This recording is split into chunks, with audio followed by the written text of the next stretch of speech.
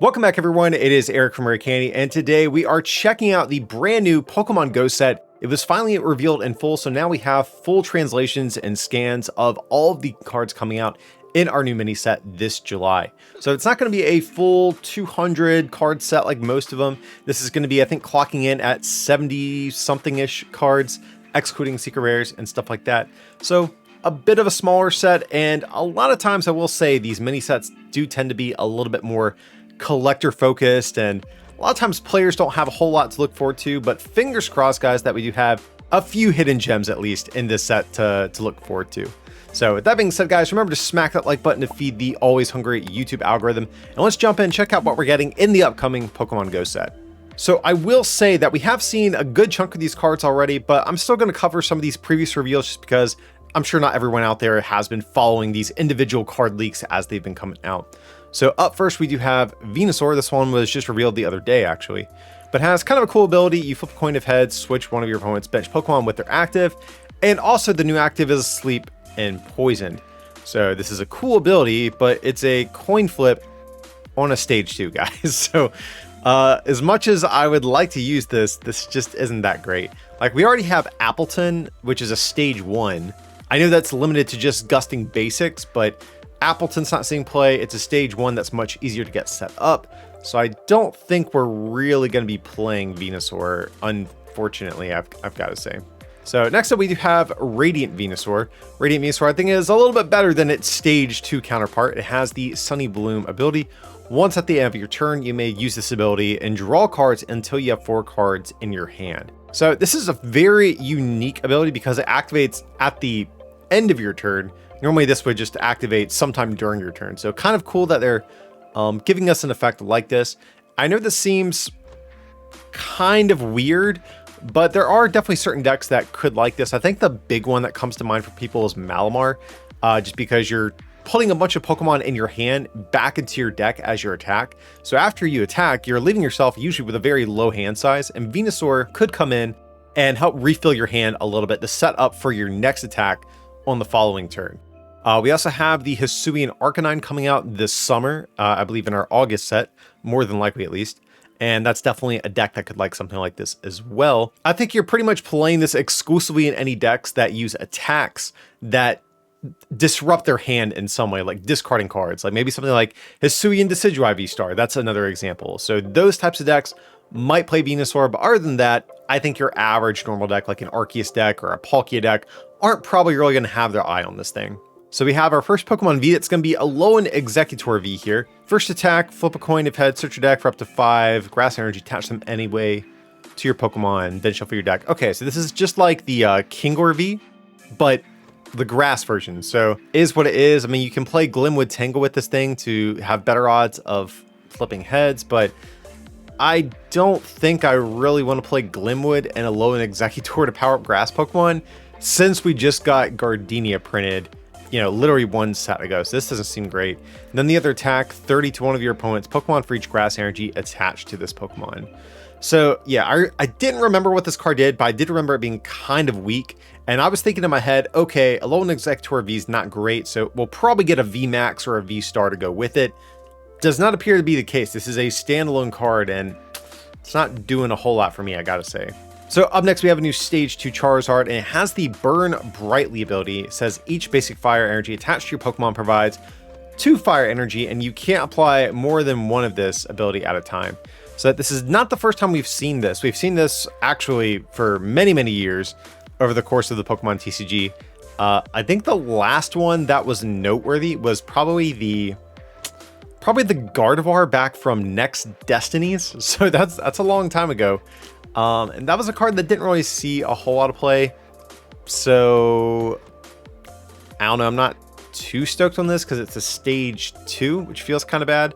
But I will say, I mean, there is a world where Charizard can just set itself up. Like you could just make a deck attacking with Charizard, because if you attach a fire energy for turn and use Magma Basin to accelerate your second one, you're powering up Flare Blitz, which 2 energy for 170, not that bad. You're 2-shotting Pokemon VMAX and V-Star, but 2-shotting VMAXs and V-Stars is a lot easier to do with other non-stage 2 Pokemon. So Charizard, not too crazy about this, I gotta say.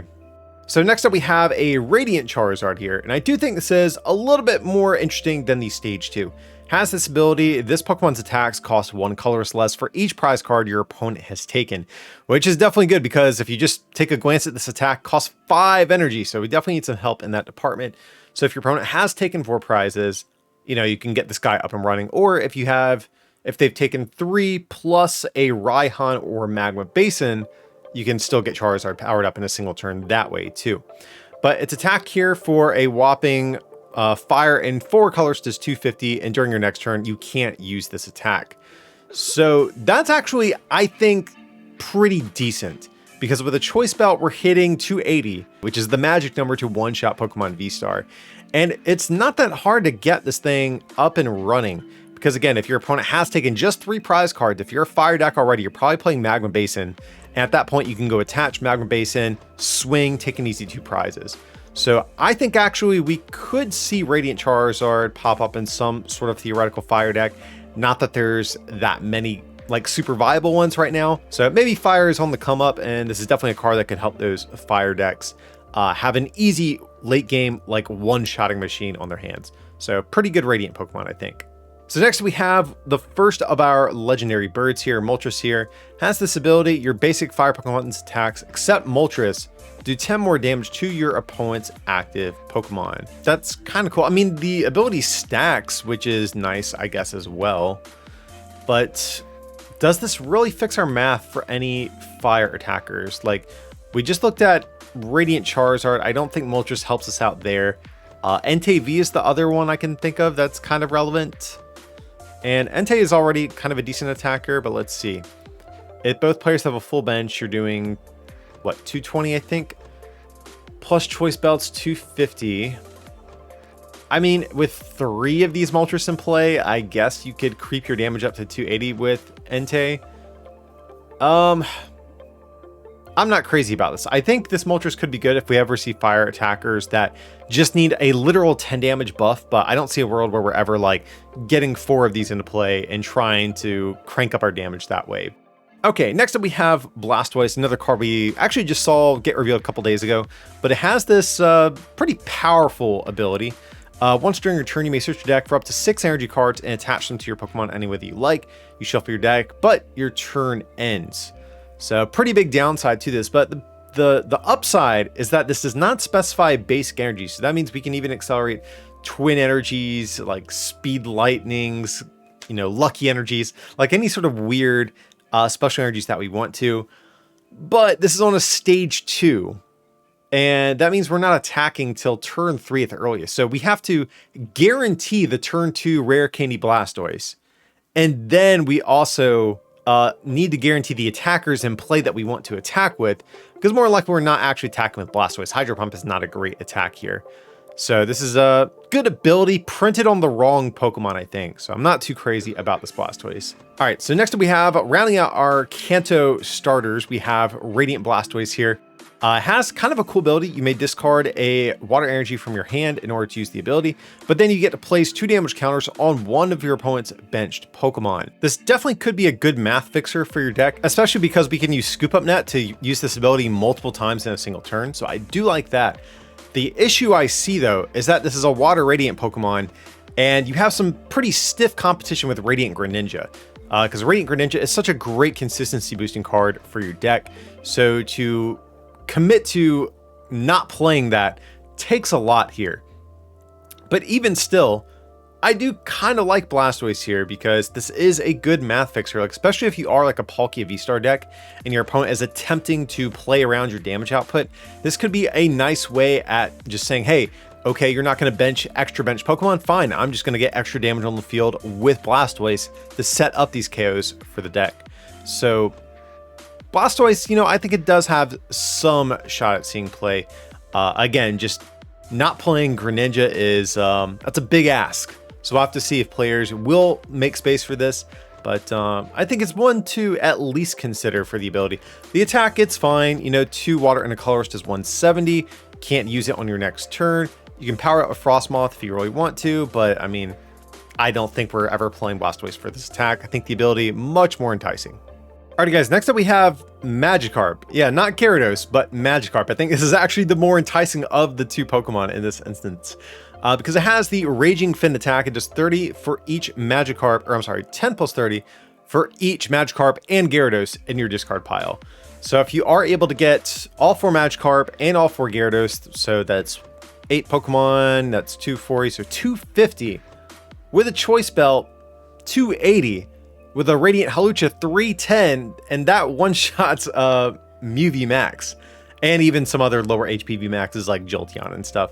But that's kind of enticing. The issue, of course, is that you need one Magikarp in play, or you would normally need one Magikarp in play to be able to use this and just keep recycling the same Magikarp. But we have a brand new Ditto that's coming out in this set that will help us get around this a little bit and might make a Magikarp deck actually somewhat viable. We'll have to see. I think your issue at that point is just prizing your Pokemon, but of course we have Hisui and Heavy Ball to help out with that. But I've got to say, for just a single Twin Energy, being able to one-shot VMAXs and V-Stars, I'm kind of on board with that. So I gotta say, I do like Magikarp here, and I will at the very least be making some sort of meme deck around using this. The Gyarados, just to point it out, I don't think it's too great, but you can play it for the first attack, flip until you get tails for each heads, discard top 2 cards from your opponent's deck. So you could try to play some sort of milling deck with Gyarados, but I think this is kind of a meme. Like, half the time you're gonna mill no cards at all, much less get repeated heads flips. So yeah, not a particularly great one. So for our next legendary bird, we have Articuno, and it's about what you would expect. All of these birds do kind of the same thing, but for different types. So in the case of Articuno, your basic water Pokemon's attacks, except any Articuno, do 10 more to your opponent's active Pokemon. So we do still have Suicune V in the format, but I think it's kind of largely been outclassed by Palkia and things like Ice Rider as well. And I don't really foresee you ever playing these Articunos in that sort of deck. Like, you would just play Ludicolo. Ludicolo's kind of already proven itself to be decent with Suicune. And I don't know of any other really viable basic water Pokemon you would think to pair Articuno with. So this just seems like a big swing and a miss. We do have a new Golisopod, and I will point out Wimpod actually might be the best Wimpod we have in the format right now too, because it says if your opponent has any Pokemon V in play, this Pokemon has no retreat cost. So even if you are playing the grass Golisopod, this might still be the better one to go with for the moment. But let's check out this guy. He's kind of like a spiritual successor to the Golisopod GX, though nowhere near as good, because the first impression attack, 20 plus 90 more if it was on your bench, and came into the active spot this turn. So 110 for 1 water energy, not an awful damage to energy ratio, guys, but you're not really one-shotting anything. I guess with a Choice Belt, you're two-shotting Pokemon V-Star, and with a Choice Belt and Radiant Hawlucha, you're two-shotting Pokemon VMAX, but that just seems pretty weak. I don't think we're building around this guy. It's kind of cool to see a nod back to the old Golisopod GX, but this just isn't like super competitive though. And of course, we also have Zapdos since we did get Articuno and Moltres. Same thing, our basic lightning Pokemon's attacks do 10 more damage to your opponent's active.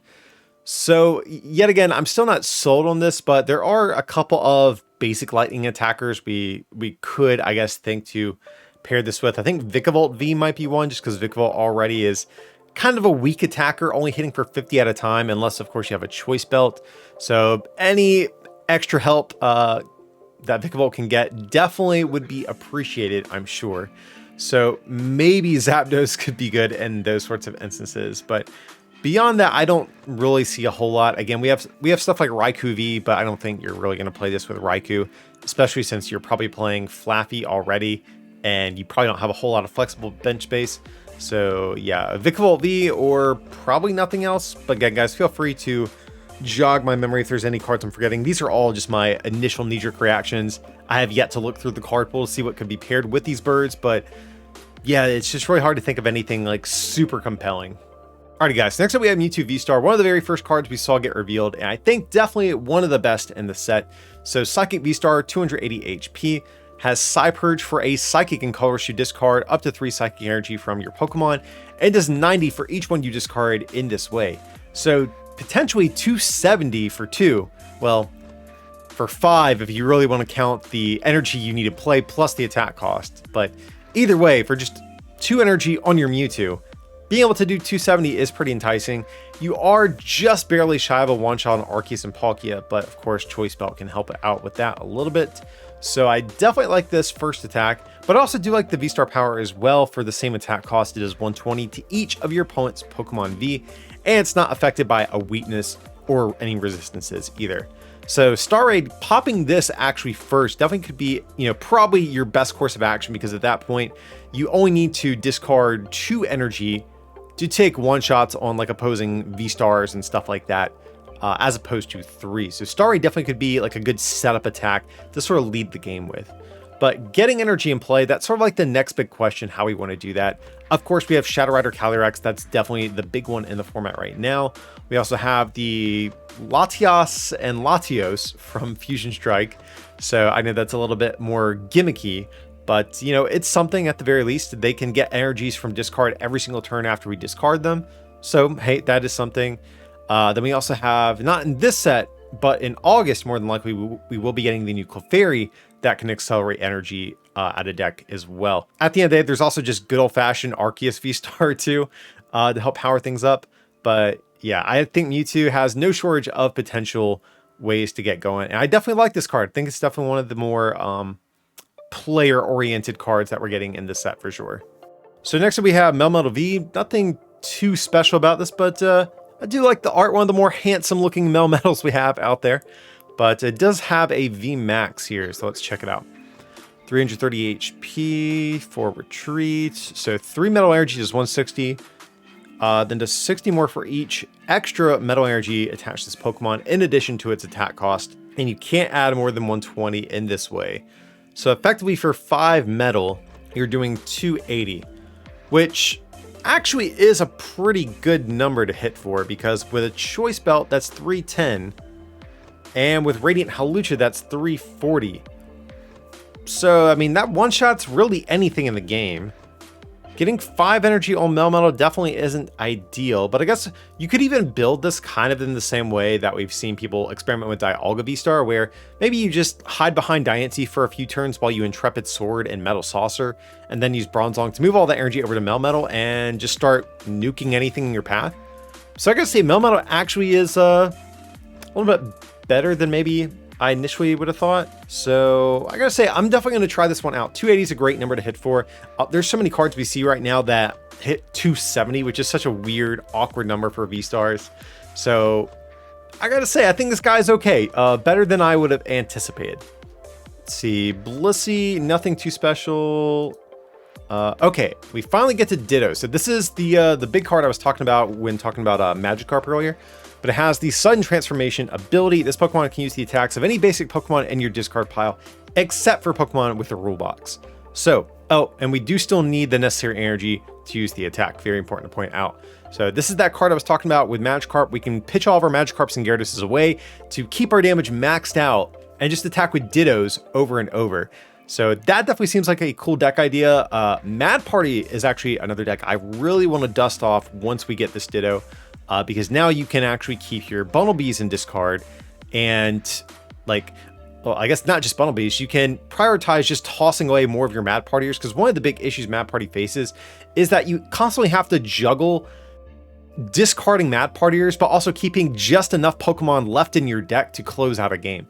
So that's an issue that archetype has had, and Ditto kind of helps out with that a little bit, which is definitely something I like to see. I'm a big fan of the Mad Party deck. We've also seen some talk of pairing this with the Shedinja, I think it is. Is it Shedinja or No, it's Shedinja. Because there's one back from Vivid Voltage that is technically a basic Pokemon that has, oh god, I'm going to butcher the attack. I think it's like you put your opponent down to 10 HP or something like that. So we've seen some talk about that. But I'm very curious to actually comb through the card pool and see what's in the format right now, because Ditto, this definitely seems like a card that has a lot of potential.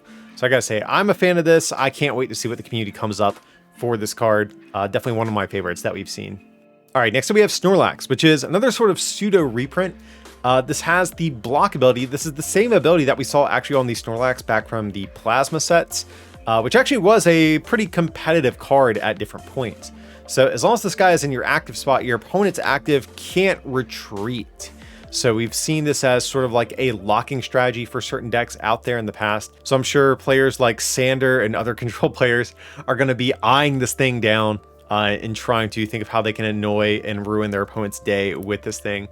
I will not be the person to break this card, but I definitely anticipate it to be popping up in some sort of control deck at some point. The attack, totally irrelevant, but the ability is really, really good. You put something in the active that they don't want there, throw down your Galar Mine, and say, go, do something. That's the idea, I think. Okay, next up we have Ambipom, and I do vaguely remember this evolution line, so let's see. If any damage is done to this Pokemon by attacks, coin if heads, prevent that damage, so okay. We'll take that. Ooh, 90 HP, I just realized that too. So whole evolution line, level ball searchable, love that. Then flip a coin for each energy, attach this Pokemon to 60 for each heads. Okay. That's kind of cool. Emphasis on the kind of, we have a lot of coin flips going on here, but you can use powerful colorless energy on this guy, which I definitely do like. Now, if Porygon Z was still in the format, I think we would be playing this with Porygon Z, because you could dump a lot of special energies.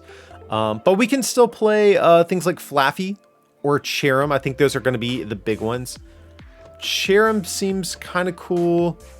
Flaffy might be better just because you can reuse the energy that you lose whenever this guy gets knocked out. This guy doesn't seem like super competitive, but I think this is a playable card. Like, I think you can win games with this. So that's kind of cool. Let's check out the basic. Okay, yeah, I do remember this guy too. Flip a coin of heads, prevent all damage done to this guy. So this actually is a pretty decent little first attack that we can maybe use. And I love the artwork on this thing. He keeps dodging all the Pokeballs that the player is throwing at them. Definitely been there on Pokemon Go before. But yeah, this seems like a fun little evolution line. Probably not going to win your next regional or anything, but I'll probably experiment with it a little bit. So we have Burrell, but at first glance, this definitely seems like more of a Smeargle card based on the artwork. But Burrell is in there. He's just hiding in the background. As long as this Pokemon is on your bench, cards in your deck can't be discarded by effects of your opponent's attacks, abilities, item cards, or supporters.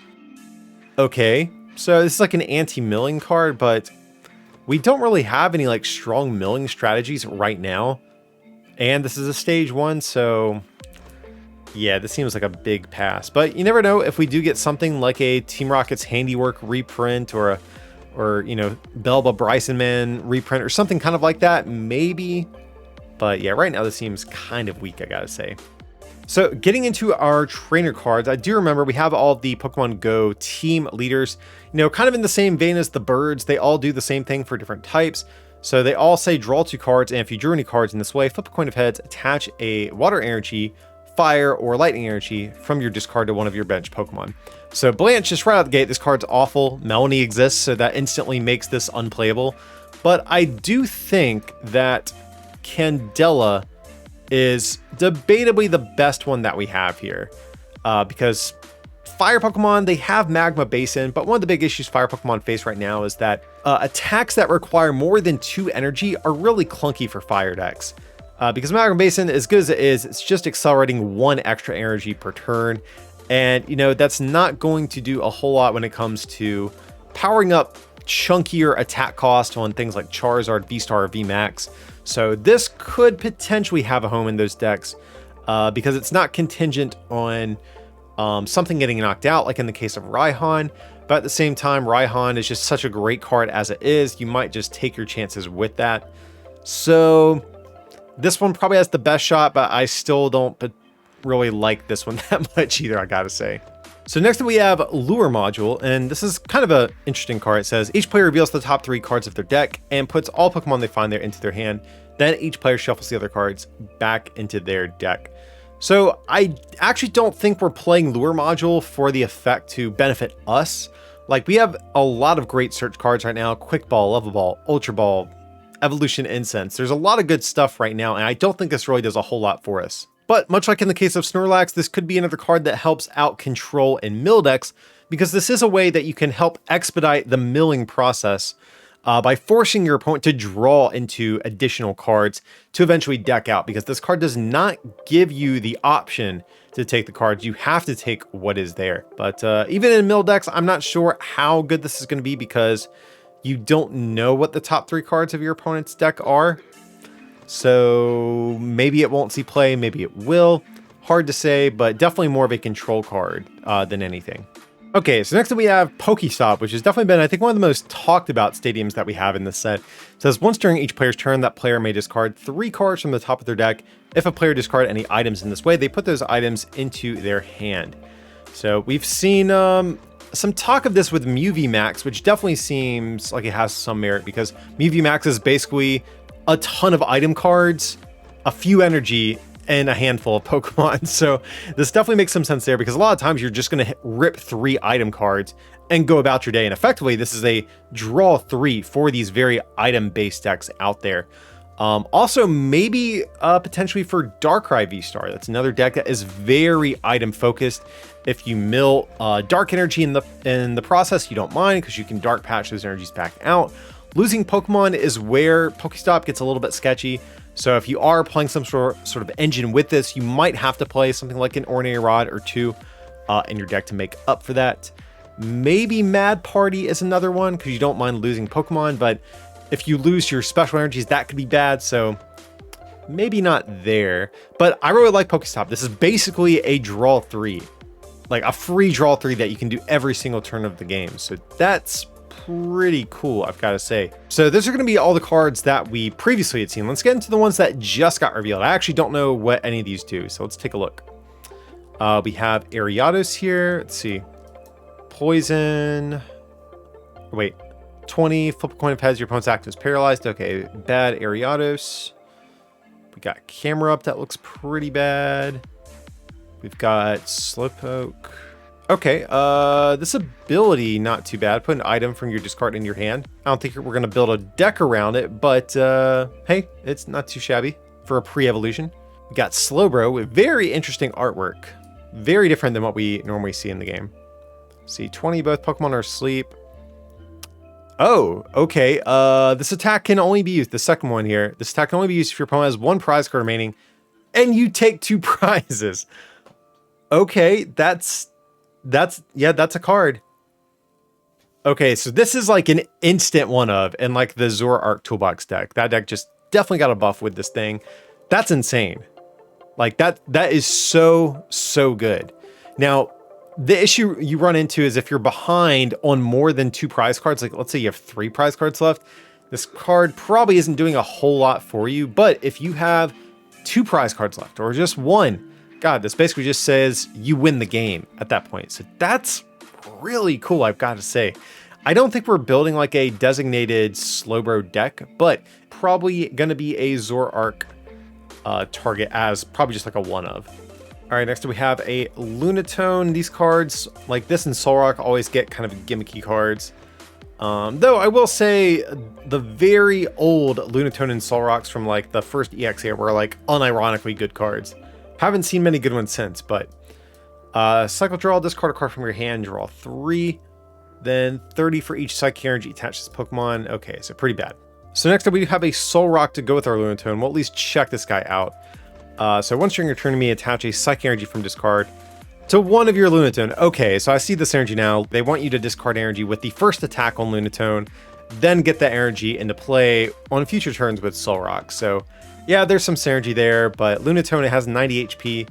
Okay, I mean, they both have 90 HP, so they are lovable, searchable, which is nice, I guess, but Lunatone's never like going to survive a hit, so it's always going to be too difficult to get a meaningful amount of energy onto it to do a lot of damage. So this pair of cards, it's cute, but it's nothing too impactful though. So next up we have Conkeldurr V. I think it's actually the very first Conkeldurr evolution, or not evolution, but ultra rare we've ever had. So I guess that's kind of notable. So let's check this guy out. 230 HP, Psychic Weakness, that is definitely awful. But counter, for fighting energy, if this Pokemon was damaged by an attack during your opponent's last turn, this attack does that much more damage. Well, the issue we have is we're a Psychic weak Pokemon with 230 HP that gets one-shot by most things in the format. I guess you can throw a Cape of Toughness on this guy, so that will give you effectively 280 HP. Okay, Stone Fighting Energy will give you a 20 reduction as well. Okay, so against things not named Mew VMAX, this isn't the worst thing in the world. Is there a great way to heal?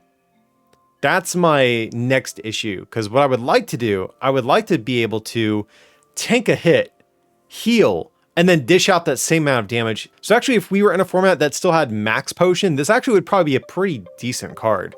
But Cheryl only works on evolutions. Hyper potion requires 2 energies to discard.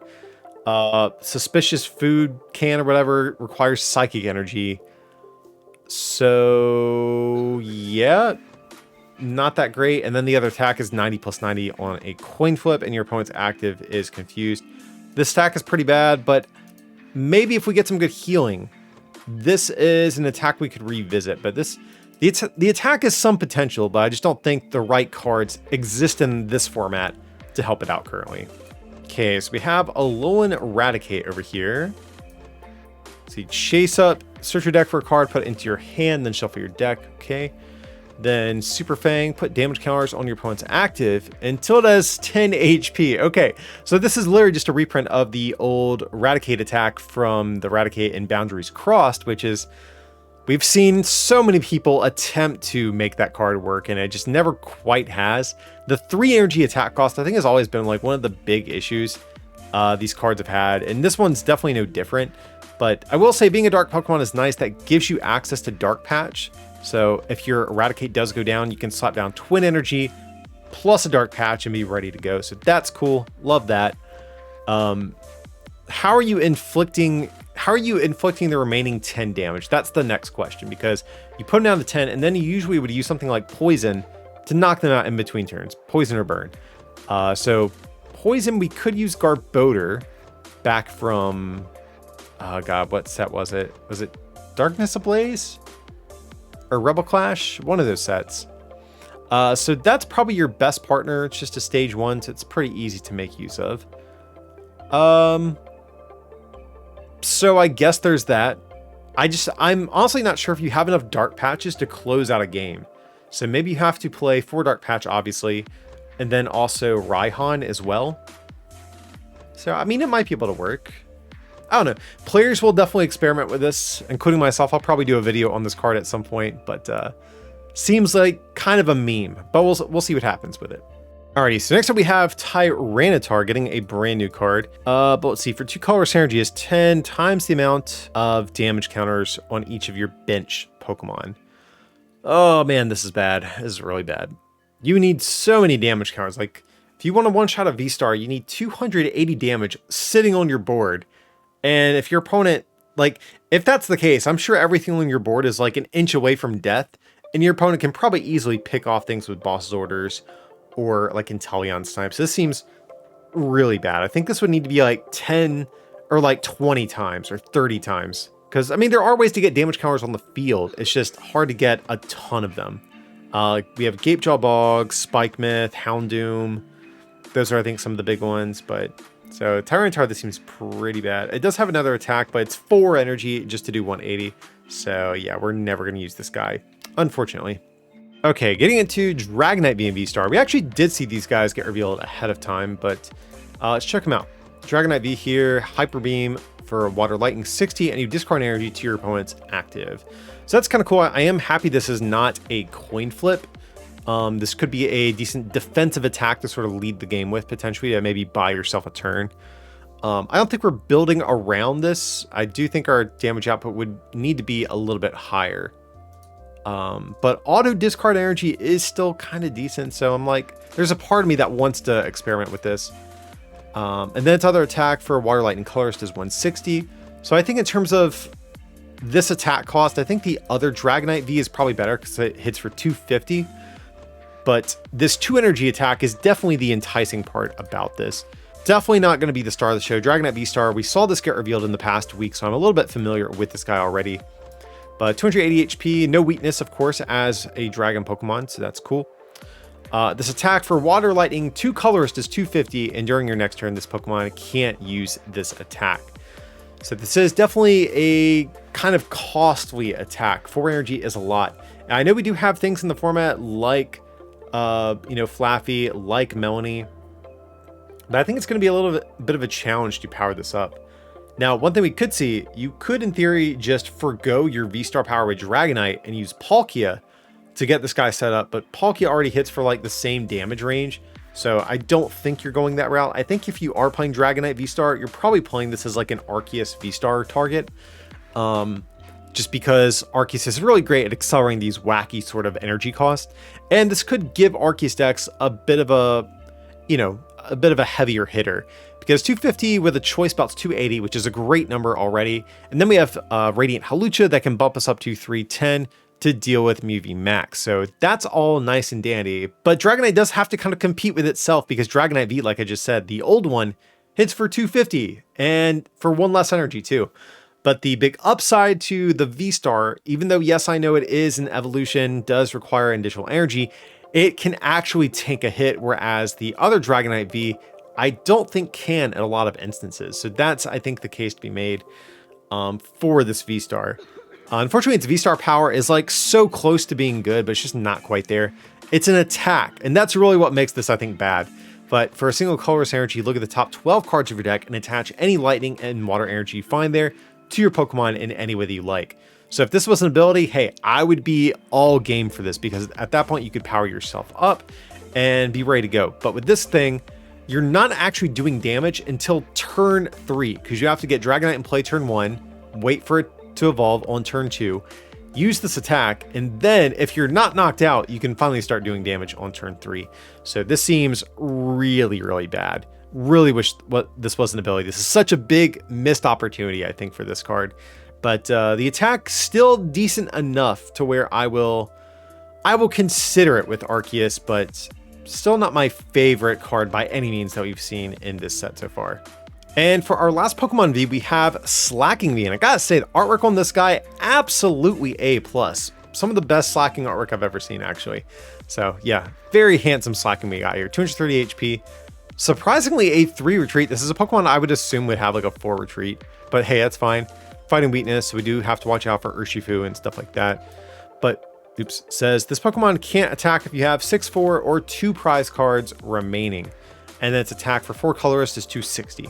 So this ability is definitely a bit annoying, but luckily you can actually turn this off thanks to Path to the Peak. So play down your path, get rid of this ability, and swing for 260. But your next issue is, 260 is a good number because with a belt that's 290, with a Hawlucha that's 320, you're hitting some good numbers, but you do need some help getting this guy powered up. And you're probably, if you are going to play it, I think you'd probably lean on Arceus. That's just sort of the go-to energy accelerator in the format right now. You just don't want double turbo energy on this guy, as unfortunate as that is, because you would normally want double turbo to power this attack up, but it really does mess up your math, I think, overall. Because if you go down to 240 with double turbo, with a choice belt, you're still 10 damage shy of some of those one-shots on Pokemon V-Star. So you just have to be careful not to attach your double turbos and just rely on Arceus and your basic energies to get going. But even still, are we playing this in Arceus? I don't think we are. I mean, even the Dragonite V I just kept mentioning, the Dragon type one from several sets ago, that one I think is just better. 250 for 3 energy and a choice belt still bumps up your numbers to where you want to be. So I'm not too impressed with this guy, unfortunately, I gotta say. And we just have a couple trainer cards to round out the set. First up, we have a rare candy reprint. So of course, that warms my heart. And I gotta say, I love this art because we have yet to have a rare candy that has the actual candy part exposed. It's always like the candy in the wrapper. So kind of cool that we have this new artwork. But Egg Incubator is gonna be the last new card that we're gonna look at today. And I think people online have been a little bit harsh on this thing. I think this is actually slightly better than I've seen some people talk about. But it says flip a coin of heads, search your deck for a basic Pokemon, put it onto your bench, and shuffle your deck. If tails, put this card on the bottom of your deck instead of discarding it. So a lot of people look at this and say, hey, this is a worse version of Pokeball, so why would I play this? I mean, and really the reason is this good secondary effect. It sort of mitigates the big issue that Pokeball has, because if you flip tails with Pokeball, the card is done and gone. You're not getting that back. But with this, you get multiple tries to keep reusing it. And there is a world where you can even reuse it within the same turn as well. Because you could play it, go to the bottom of your deck, shuffle your deck in some way, then draw back into it, and keep reusing it. So right now, I will say though, I don't think this card is great in the short term. But we do have a rotation looming this summer, and we are going to be losing some pretty good search cards. And this is a card we might have to consider once the rotation comes. And we have actually seen other cards like Dual Ball see very competitive play. Dual Ball was 2 basic Pokemon on 2 coin flips. This is kind of like that, but you have the option to get it back. So Egg Incubator, I think short term, not that great, but long term, you know, or more so just after rotation, this is a card I think we have to revisit. But for the moment, it's okay. So that's going to wrap up our look at the Pokemon Go set. There are, of course, secret rares and full arts and all that stuff coming as well, but these are going to be the core main cards that are going to make up the set. And I've got to say, even though these mini sets do tend to be more player oriented, we did still see some pretty cool cards today. We did see things like Ditto, Mewtwo VSTAR. I think Magikarp, actually surprisingly good card as well. There are definitely still some hidden gems I think are worth picking up when the set drops this coming July. But I definitely want to hear from you guys down below in the comment section. What cards from this Pokemon Go set are you guys excited for? But as always, guys, if you did enjoy today's video, remember to leave a like. And if you want to take that support to the next level, you can also become a patron at patreon.com/rarecandytcg or pick up some merch at rarecandytcg.com. Links to those will be down below in the description. But as always, thanks so much for watching, and I will see you next time.